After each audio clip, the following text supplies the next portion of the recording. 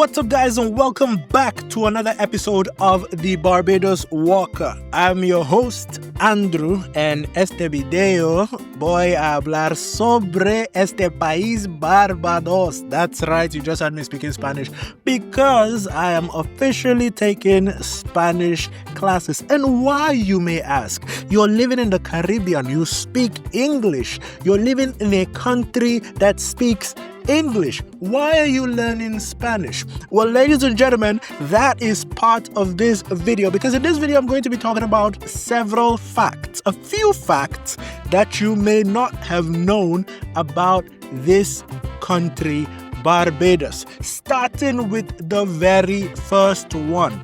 Did you know that English is the official language of Barbados? I mean, that is very obvious, but a majority of Barbadians also speak Bajan Creole. Bajan Creole is something I was talking about in my last video, and it's commonly referred to as Bajan, and this is more like broken English or pidgin English, if you're familiar with stuff like that. Maybe you live in a country that also has a variation like, Jamaican patois, Nigerian pidgin English, or some broken English. That is how Bajan is, in with a Barbados twist on it, because probably more than 90% of the language is actually normal English, but the grammar, the way it is formed, the slangs, all of those things, the accent, that is what gives it its unique Bajan Creole vibe. However, in addition to this English and Bajan that most people in Barbados speak, there is now a growing interest in the Spanish language in Barbados.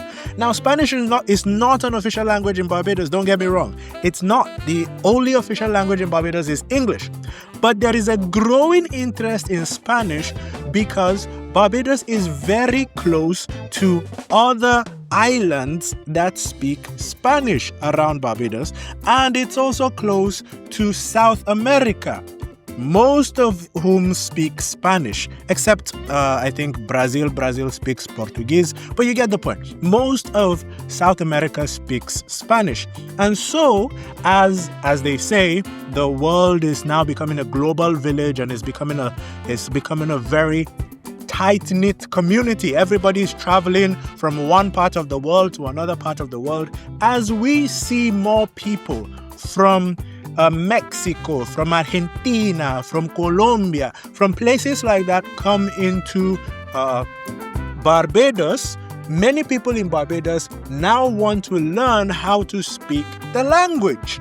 And this is becoming more important for trade, for tourism, for business, to boost the economy, things like that. And so there are more people that are getting interested in the language. People are getting certificates in the language. People are learning online.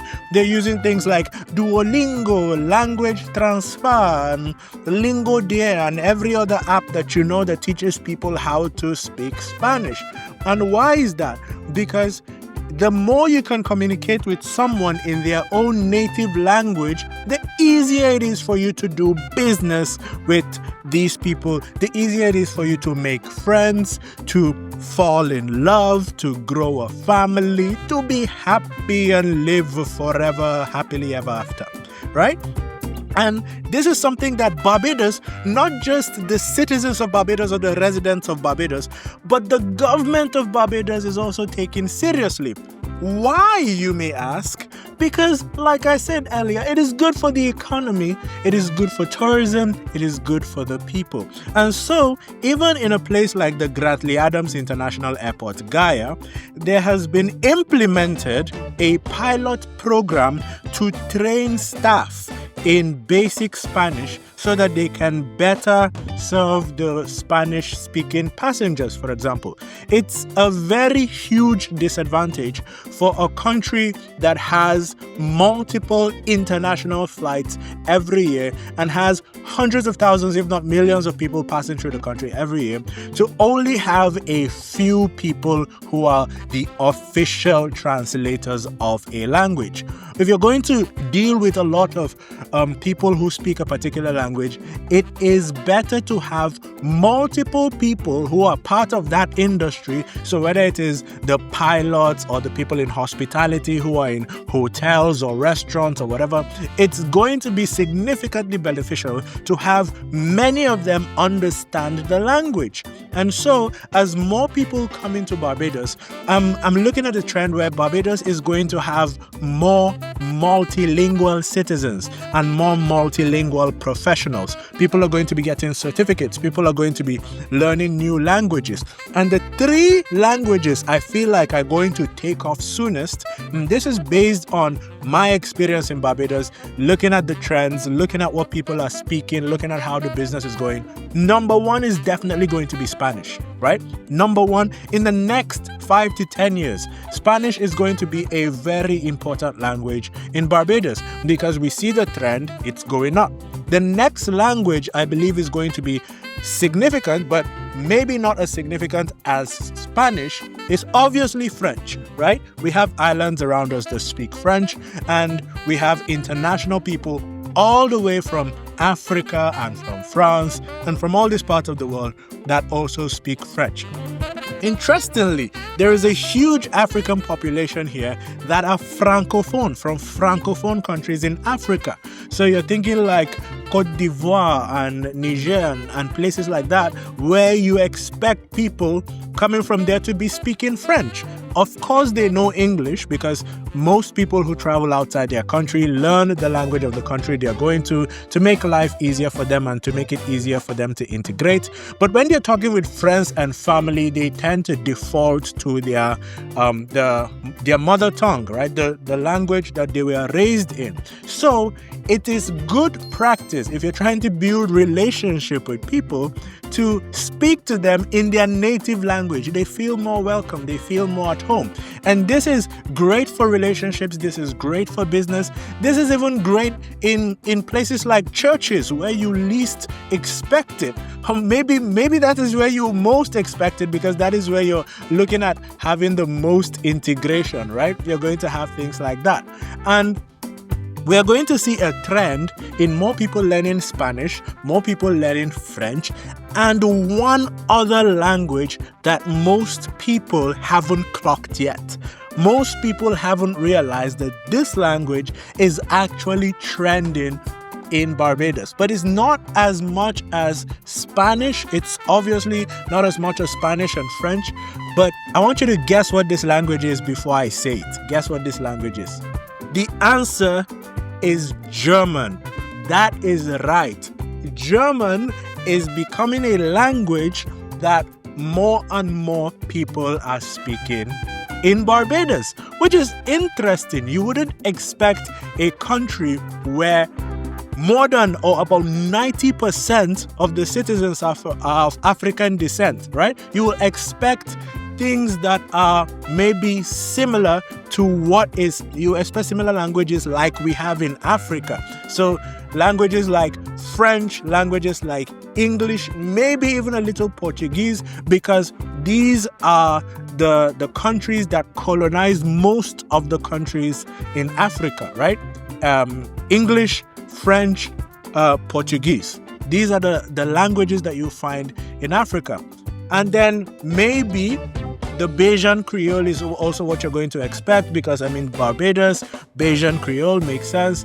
And maybe some of the other neighboring islands, if there is a dialect of Spanish or a dialect of French that is spoken in one of the neighboring islands, maybe like a French Creole kind of thing, you'll expect maybe something like that also to be spoken here. But because Barbados is growing in economy, because the economy of Barbados is rising at a very steady pace, because Barbados is open to foreign investment, because there are more people who are interested in investing in Barbados and in doing business in Barbados, you're going to have more Europeans coming into the country, and many of those Europeans are going to be speaking French and German. So these two languages, in addition to Spanish, you can expect them to be on the rise. Okay? So that is Spanish. Here are some other fun facts that I didn't actually know before. Well, many of them I knew, and I've talked about them before on this channel, but maybe you didn't know about most of them. There is an animal in Barbados that is known as the green monkey. Let me tell you, ladies and gentlemen, when you Google green monkey, you will most likely see cartoon pictures of a green monkey. But when you type green monkey Barbados on Google, you're going to see a monkey that is mostly golden in color. Ladies and gentlemen, this monkey is golden, but for some reason it was called a green monkey. I don't know why, but Barbados is its home. It was brought from West Africa actually during the 17th century. In the 17th century, that is when this monkey first came from West Africa to Barbados. The theories are it came on a ship, maybe during one of the movements of, people from West Africa to the Caribbean, or maybe it was one of the slave trade, one of the slave ships or whatever that happened, and the monkey was on board and the monkey found its way to this island. There are some theories that the monkey was kept as a pet, some theories that it was kept as an entertainment, just for entertainment, or maybe it was transported for food. Maybe they were killing it and eating it or whatever, but it got to the island and then it reproduced and it spread across the island, and now we have green monkey on the island, right? So that is one interesting thing. But let me talk about inventions. Barbados has invented a sport. Barbados has invented a fruit. This is something that many people don't know. Barbados has invented a fruit. Barbados has invented an international drink. An international drink. Let's begin with the sport. Do you know that in the 1930s, the sport road tennis was invented in Barbados? This sport didn't exist before Bajans took a ball, took a racket, and started playing basically what looks like a combination of lawn tennis and table tennis, ping pong, on the ground, and that became road tennis. Now it is a sport that is becoming more cross-national, and eventually I'm guessing it's going to become like outside this region. We'll find more and more people playing it outside this region. It's kind of like the way, I believe it was the Canadians that started pickleball, and now pickleball is played in many parts of this region. It's played in the United States, it's played in the Caribbean, and I don't know where else plays pickleball. But I feel like road tennis is that kind of thing that will spread to other Caribbean islands first, and then we'll start hearing about it outside the region. So, what about the fruit? I want to tell you something that will come as a shock to you. Grapefruit was invented in Barbados. Grapefruit was the mixture essentially of two citrus fruits, right? Two citrus fruits, and that is what gave rise to grapefruit. It didn't exist naturally like oranges or I think tangerines as well, or limes. Lemon, I feel, is another kind of such invention, but grapefruit actually started here in Barbados. And this is a third invention that came from Barbados. The entire world at this point knows about and drinks rum. But ladies and gentlemen, did you know that rum started in Barbados? It started with Mount Gay rum, which is the oldest rum brand in the world, and it was established in 1703. And let me tell you guys, this company, this rum distillery, still exists to this day. So over 300 years, and it still exists to this day, still producing rum. And this is interesting because this is part of the basis of the Pirates of the Caribbean. The Pirates of the Caribbean, right? It's because when you watch the movie and you see everything that they were doing and then you see an important role that the rum played in that period and with the pirates and all of that, it makes more sense when you understand that, oh, this drink actually originated here. It wasn't something that was just moved across the Caribbean Sea or in this region. Like, this is the birthplace. This is where it originated. Okay, so the name Barbados or Barbados is actually a Portuguese phrase. It comes from a Portuguese phrase, which is Los Barbados, right? Los Barbados. What does that mean? It means the bearded one. The bearded ones, right? When I heard the bearded ones, I was imagining that the Portuguese came to Barbados and then they saw like these hunk men who had beards and everything. And they were like, whoa, these guys are the bearded ones. Let's name them the bearded ones. But that is actually not what happened. What happened is that the Portuguese came to the island and they saw a fig tree, a type of fig tree, a species of fig tree, and it had beard-like aerial roots, right? And because of how it looked, the tree basically looked like it had beards. They named it the bearded ones, and the country in which they found the fig tree with beards, quote-unquote beards, became bearded ones country, I guess. And that is the beautiful way this country got its name. Interestingly, Barbados has a nickname, BIM, B-I-M. BIM, there are multiple theories about how the name came about, but the most popular theory that I've heard is that it is from the West African phrase, ebem.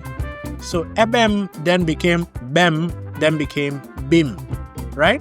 And ebem is actually from a language in West Africa, specifically in Nigeria, specifically among the Igbo tribe. It's the Igbo language, and ebem means my place or my home, right?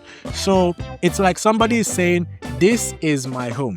The theory is that when the slaves were brought from West Africa to Barbados and they were doing all the work and everything, at some point, and this is like a whole stuff, whether it's true, whether it's just a story, I don't know, whether the story came after the fact or whatever, I don't know, but this is what I've learned about it. And when they came here and they were working and everything, there was a point where the people decided that if they were going to make something of themselves, if they were going to make a difference, if they were going to have a better life, they couldn't keep seeing Barbados as just an unfortunate incident, as just a prison, as just a slave colony, something they were forced to do. They have to come to terms with the fact that this is their new home. They have to treat it like their new home, and they have to work as if this is their home. This belongs to them. This is theirs. And it's only by taking that kind of personal responsibility that they can then get the courage and the what they need, the fortitude to fight for this place as if it's their home. So it's like rewiring your mindset to say, I wasn't just brought here and randomly put here. Now I'm a worker for the random people who I don't know and they're treating me harshly. But I'm going to treat this like if you took me away from my home and you kept me here, and for multiple generations we're giving birth, our ancestors are now here, like 3, 4, 5 generations, then this is my home now, right? This is where I belong, and I'm going to fight for my home. And so that mindset, that mentality is what gives this country its strong national identity. Almost every Bajan, this is something very good about the country, almost every Bajan has a very strong national identity. This is something that is becoming rare in the world today, because if you go to a place like the United States of America, for example, there's a very sharp divide along political lines. There are some people who are always saying, well, this is my country, America, whatever. And there are some other people who just see America as, well, America has done a lot of crazy things abroad and they have destabilized countries, they have wrecked, they have ruined nations, destroyed economies, killed a bunch of people. This is not the country that I want to be proud of. I want a different kind of country.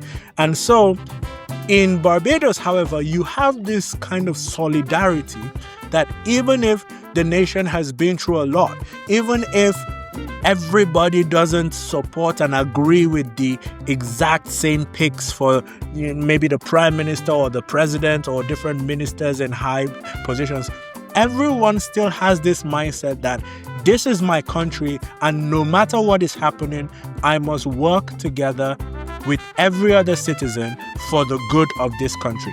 And you see it in the national anthem. You see it in the pledge of the country as well.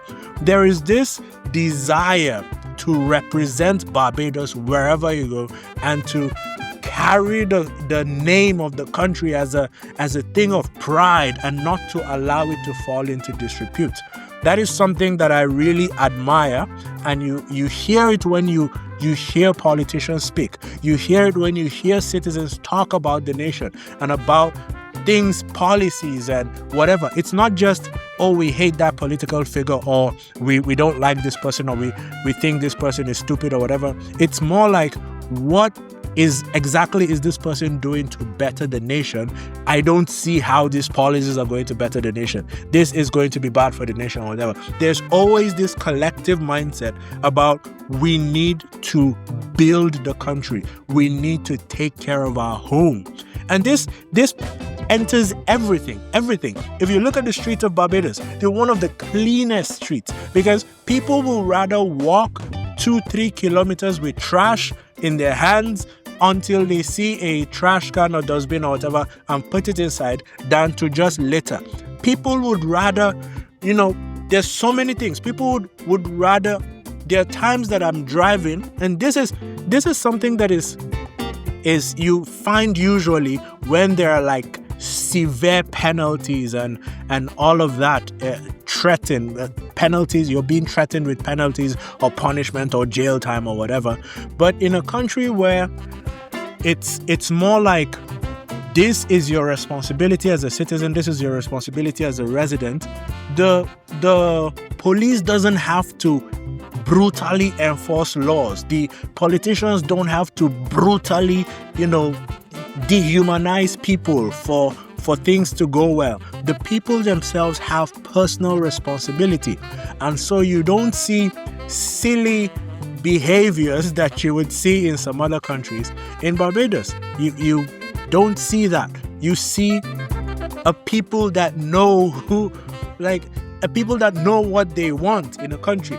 Although I must say this as a caveat, this will only continue if the same mentality and idea is passed on from generation to generation.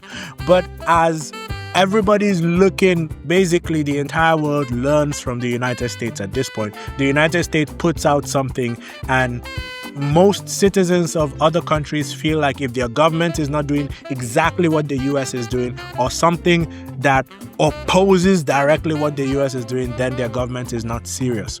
If a people realize that their country has its own problems, their country has its own priorities, its own responsibilities, its own needs that it needs to focus on and address, and everything doesn't revolve around, international, how your country looks internationally, and everything shouldn't focus around optics and just looking good on paper, but the people are actually suffering.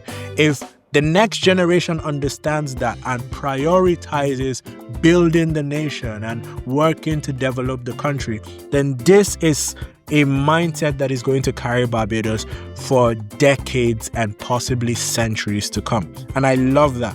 Here are 2 natural facts about Barbados. Number 1, Barbados is actually not a volcanic island, even though many of its neighboring islands are volcanic islands. So the country was actually one of the first, if not the very first, in the entire region to have piped water, because it didn't have to worry about a bunch of filtration, right? Under the country is coral rock. The country is actually built on the island.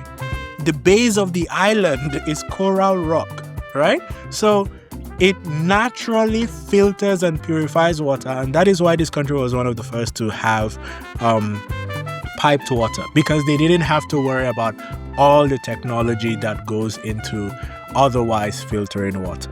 Another very interesting natural fact about Barbados is that Barbados is safe from hurricanes. Because of the geographic location of Barbados, Barbados is outside the main hurricane path, which makes it one of the safest islands in the Caribbean, right? So during the hurricane season, a lot of the islands around Barbados usually will experience landfall. They're going to be hit directly by hurricanes, or maybe severe storms like, category 3, category 4 sometimes.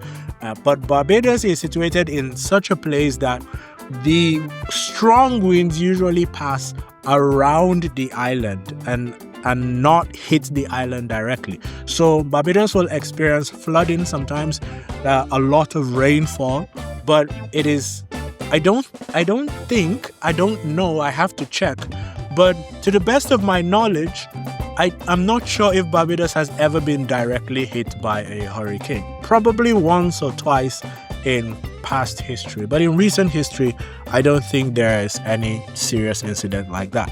Correct me if I'm wrong in the comment section. I'm always learning. I would like to learn more. And just throwing in one more, Barbados is also actually the national dish of Barbados is cuckoo and flying fish. This is why the Oistins fish fry region is always bubbling. I think one of these days I'm going to go to Oistins.